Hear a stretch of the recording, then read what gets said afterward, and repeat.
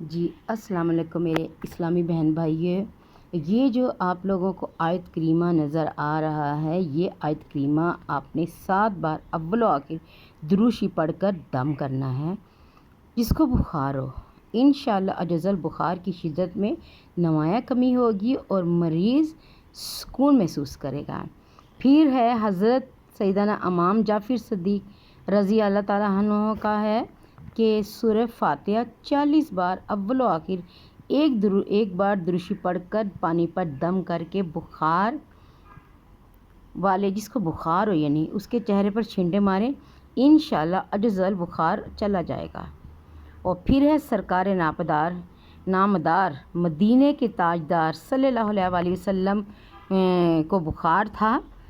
تو حضرت سیدنا جبرائیل امین علیہ السلام نے یہ دعا پڑھ کر دم کیا تھا جی، اور انہوں نے کہا کہ اللہ عز و جل کے نام سے آپ پر دم کرتا ہوں ہر اس بیماری کے لیے جو آپ کو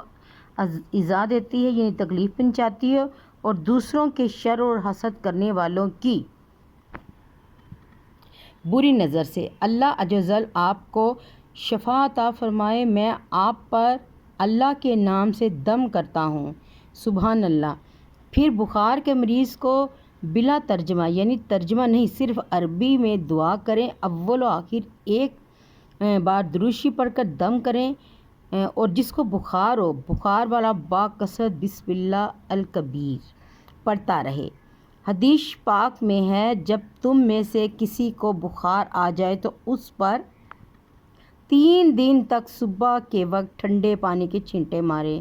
جیسا کہ آپ لوگ سب جانتے ہیں کہ آج کل بچوں کو بڑوں کو بخار ہو رہا ہے، موسم بدل رہا ہے، تو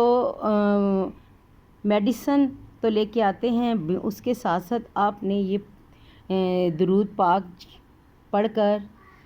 ان پیاروں پر جن کو بخار کا موسم کا اثر یا کسی بھی وجہ سے ہو رہا ہے کہ ان کا جسم گرم ہے، ان کی طبیعت ٹھیک نہیں، ان کو آپ کو پتہ بھی چل گیا کہ بخار ہے، اگر نہیں بھی بخار ہے تو آپ اگر طبیعت نہیں صحیح، موسم کا اثر ہو رہا ہے، تو آپ ان کو یہ پڑھ کر دم کر کے چھینٹے ماریں یا ان کو دم پڑھ کر ان پر دم کریں، تو انشاءاللہ اجزل دیکھیے گا کہ بہت جلد وہ شخص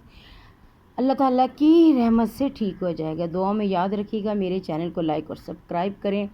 اور دین کی چھوٹی چھوٹی باتیں پھیلانے میں میرا ساتھ دیں۔ اللہ تعالیٰ آپ کا حامی و ناصر ہو، ہر بری گھڑی، برے وقت اور برے لوگوں سے بچا کے رکھے۔ اللہ اپنے حفظ و امان میں رکھے، دعاؤں میں یاد رکھیے گا۔ اللہ حافظ۔